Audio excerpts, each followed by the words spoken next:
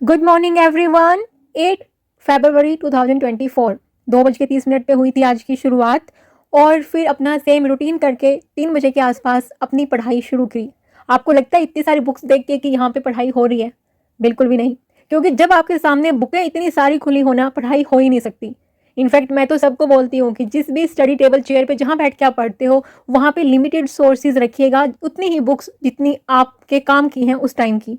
यहाँ पे जैसे मैं कल कंफ्यूज थी, आपने कल के ब्लॉग में देखा होगा कि मेरे पास वो बुकें प्रॉपर सोर्सेज हैं नहीं हैं, या मुझे कुछ ऐड करना है या इनमें से कुछ रिमूव करना है।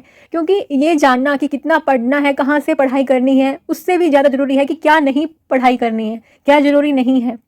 क्योंकि जितनी भी एनसीईआरटी से लेके आए थे, मुझे नहीं लग रहा कि सारी ज़रूरी हैं। जितनी सारी बुकें हमारे आसपास होती हैं ना, तो हमें लगता है कि यार हमें इतनी सारी बुक्स पढ़नी है, इतनी सारी बुक्स पढ़नी है, लेकिन कैसे होगा, कब होगा? इतने सारे सब्जेक्ट हैं, एक साल में भी कवर हो पाएगा इस स्पीड से, जिस स्पीड से मैं चल रही हूँ? क्योंकि एक सब्जेक्ट में मुझे लगा कि मैं जैसे खो सी गई हूँ कि पूरा इसमें इतना डीपली। फिर मुझे लगा यार मुझे इसमें पीएचडी थोड़ी ना करनी है जो मैं इसको इतना डीपली कर रही हूँ। तो बहुत सारे कन्फ्यूजन थे मन में।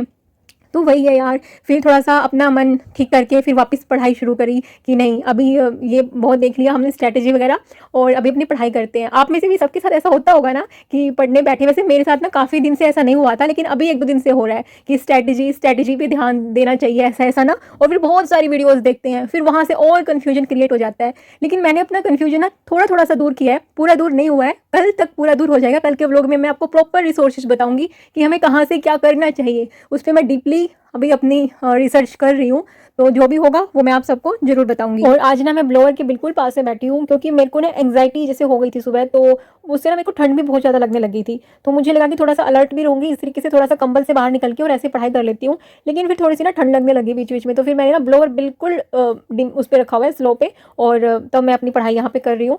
वही सेम अपना एनवायरनमेंट एंड इकोलॉजी की पढ़ाई कर रही हूँ। किसी ने क्या खूब कहा है ना, जीत लो हर लम्हा बीत जाने से पहले, लौट कर यादें आती हैं वक्त नहीं। आप में से कई लोगों के ये मेरे पास सवाल आते हैं कि हमारी एज 33 हो चुकी है, 31 हो चुकी है, हम स्टडी स्टार्ट करें नहीं करें? बिल्कुल करनी चाहिए। अगर यूपीएससी नहीं दे सकते, 32 तक है इसकी एज लिमिट जनरल के लिए, तो आप स्टेट पीसीएस ट्राई कर सकते हैं, टीचिंग जॉब के लिए ट्राई कर सकते हैं, जो करना चाहें वो कर सकते हैं। जो भी ये मत आप करिए रिग्रेट कि चलो हमारा इतना टाइम निकल गया, कोई बात नहीं। कम से कम ये सोचिए कि अब जहाँ पे जिस एज में है, जिस स्टेज पे है, वहाँ से हमें शुरुआत करनी है। और जो बाहर की सुनता है वो बिखर जाता है, जो अपने भीतर की, अपने मन की सुनता है वो संवर जाता है। आप ये मत सोचिए कि दुनिया क्या सोचेगी कि मैं इस उम्र में पढ़ाई कर रही हूँ या कर रहा हूँ। आप अपने मन की सुनिए। और आपका मन, ये नहीं कि मन मन कई बार ना गलत बातें भी बोल देता है, तो वो मत सुनना कि पढ़ाई करते करते कि ये काम कर लेते हैं, वो कर लेते हैं, यहाँ टाइम वेस्ट कर देते हैं, फ़ोन पे टाइम वेस्ट कर देते हैं, वो बातें मत सुनना। मन अपने कंट्रोल में भी रखना, लेकिन दूसरों की कम सुनना, और अपने मन की, या फिर जो आपकी इच्छाएं हैं, जो सपने हैं, जो सच्चे सपने हैं जिससे आपका और अपनों का भला हो सकता है, वो सपने पूरे करने में बिल्कुल भी मत हिचकिचाना। कहाँ रात के 2:30 बजे थे जब शुरुआत हुई थी, और कहाँ सुबह के 6:33 हो चुके हैं। टाइम का पता ही नहीं लगता। किसी ने सही कहा है, जब रास्तों पर चलते चलते मंजिल का ख्याल ना आए तो आप सही रास्ते पे हैं। बेटे के जो स्कूल की टाइमिंग है वो चेंज हो चुकी है, इसलिए मैं किचन में आ गई हूँ अभी उसके लिए ब्रेकफास्ट बनाने के लिए, टिफ़िन उसका रेडी करने के लिए। जो कुक है मेरी वो 3-4 दिन की छुट्टी पे है, मैंने पहले भी बताया था। तो कोई ना, सब चीज़ें मैनेज कर लेते हैं, और जितना खुशी-खुशी मैनेज करेंगे उतना अच्छा रहेगा। कभी बैक पेन होता है, कोई बात नहीं, स्प्रे से काम चलाइए। आइज़ में पेन होता है, आई ड्रॉप डालिए। और सबसे अच्छी बात, जिस दिन मेरी आइज़ में सबसे ज़्यादा पेन होता है ना, तो मुझे उस दिन बहुत खुशी होती है, क्योंकि मेरी आइज़ में सबसे ज़्यादा पेन, स्ट्रेस तभी होता है जिस दिन मैंने बहुत अच्छे से पढ़ाई की हो। आप लोगों ने भी देखा होगा कि जिस दिन आप लोग अच्छे से पढ़ाई करते हैं, उस दिन बहुत स्ट्रेस होता है आइज़ में स्पेशली। हाँ, फ़ोन वाला स्ट्रेस नहीं चलेगा आइज़ में, लेकिन पढ़ाई वाला जितना स्ट्रेस आइज़ में हो, उतना सुकून के साथ आई ड्रॉप डाल के सोना, बहुत अलग ही मज़ा आता है उस चीज़ में। इस दुनिया में असंभव कुछ भी नहीं है। हम वो सब कर सकते हैं जो हम सोच सकते हैं, और वो जब सोच सकते हैं, तो आज तक हमने जो सोचा नहीं है वो भी सोच सकते हैं। आप सोच रहे हो क्या बोल रही है? मेरा मेन मकसद ये है बोलने का कि सपने जो हम देखेंगे उनका पूरा करने का हम पूरा रखते हैं कॉन्फिडेंस, उतनी पावर है हमारे अंदर। वो पूरे ना हो वो ईश्वर के हाथ में है, लेकिन हमें एटलीस्ट सपने तो देखने चाहिए ना। कई लोग सपने देखते हुए भी डर जाते हैं कि अच्छा हमारी एज इतनी हो गई, हम इस चीज़ का सपना कैसे देखें? यदि आप सपना देख सकते हैं तो उसे पूरा भी कर सकते हैं, लेकिन उसके लिए सबसे पहले सपने देखने होंगे, उसके लिए मेहनत करनी होगी। लेकिन वही कर्म करना है, फल की इच्छा नहीं करनी है। बाकी हमें अपने ईश्वर पे छोड़ देना है।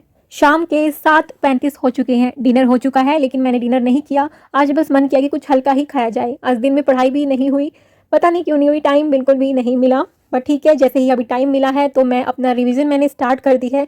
रिवीजन सबसे मस्ट है। आपको मेरी वीडियोस में डेली कुछ ना कुछ चेंजेस मिलेंगे, लेकिन एक चीज़ की सिमिलैरिटी मिलेगी, वो मिलेगी रिवीजन की। इवनिंग टाइम में रिवीजन करके ही सोना है। ये जो रिवीजन बॉक्सेज मैंने बनाए हैं यहाँ पे, ये ट्रस्ट मी गाइस, ये बहुत हेल्प करते हैं। इन बॉक्सेस का मतलब है कि इस वाले पेज पे, ये मैंने हर पेज पे बनाए हैं, हर जगह जहाँ पे मैं लिखती हूँ, कुछ करती हूँ, वहाँ बनाती हूँ कि इस वाले पेज को मुझे सिर्फ अभी एक बार रीड करके नहीं छोड़ देना है, कम से कम 10 बारी, एटलीस्ट 10 टाइम्स मुझे इस पेज पे बार बार आना है, रिवाइज करना है, टिक करना है। रिवीजन कैसी रहेगी? जिस दिन पढ़ा उस दिन रात को, नेक्स्ट डे, फिर 3 दिन बाद, फिर 1 हफ्ते बाद, फिर महीने बाद, और फिर जब कभी भी टाइम लगे पेपर के आसपास। इस तरीके से मैं हर पेज पे या फिर हर टॉपिक को कम से कम 10 to 12 टाइम करूँगी। आपके मन में कभी ये सवाल होना कि हमें एनवायरनमेंट और इकोलॉजी में क्या पढ़ना है, कितना पढ़ना है? General issues on environmental ecology, biodiversity and climate change that do not require subject specialisation. आपको सब्जेक्ट की स्पेशलाइजेशन नहीं करनी है, उसमें आपको कोई डिग्री हासिल नहीं करनी है, लेकिन जो जनरल इश्यूज होते हैं वो करंट अफेयर में भी हो सकते हैं। कुछ टॉपिक हैं जैसे क्लाइमेट चेंज है, बायोडाइवर्सिटी है, ये लिखा हुआ है ना, ये इतना ही इंपॉर्टेंट है। बायोडाइवर्सिटी का कोई टॉपिक मत छोड़ देना, बहुत इंपॉर्टेंट है, बहुत क्वेश्चन आते हैं, प्रीवियस ईयर उठा के देख लेना। क्लाइमेट चेंज के ऊपर अकेले 2022 में 4 से 5 क्वेश्चन आए हुए थे, अकेले क्लाइमेट चेंज से। उसमें करंट अफेयर भी इन्वॉल्व था, उसमें स्टैटिक पोर्शन भी इन्वॉल्व था, और वो भी इंपॉर्टेंट टॉपिक, ऐसे नहीं कि कहीं से भी कुछ भी। तो बहुत वाइजली पढ़नी है चीज़ें। किसी भी सब्जेक्ट को स्टार्ट कर रहे हो ना, सबसे पहले 1 हफ्ता तो उसमें दो आप कि इसमें कितना करना है, कहाँ से करना है, रेदर देन कि आप एकदम स्टार्ट कर दो बस। अगर आप उसमें 2-3 दिन हफ्ता दे दोगे ना, तो आपका टाइम वेस्ट नहीं होगा, टाइम सेव होगा। उसके प्रीवियस ईयर देख लो, अच्छे से देख लो बिल्कुल, और फिर अपना टाइम दो आप उसके टॉपिक करने में। फाइनली 10:08 पे मेरा रिवीजन जो है वो सेशन समाप्त हो चुका है। और प्लीज़ एक लाइन में बोलना चाहूँगी कि सफलता की शुरुआत हमेशा असफलता से होती है। तो असफलता से कभी मत डरना, असफल होने से कभी मत घबराना। लेकिन हाँ, ये है कि सफलता पाने के लिए आपको कीमत चुकानी पड़ेगी। जितनी कीमत आप सफलता के लिए चुकाओगे, उतनी ही सफलता आपको मिलती जाएगी। Good night.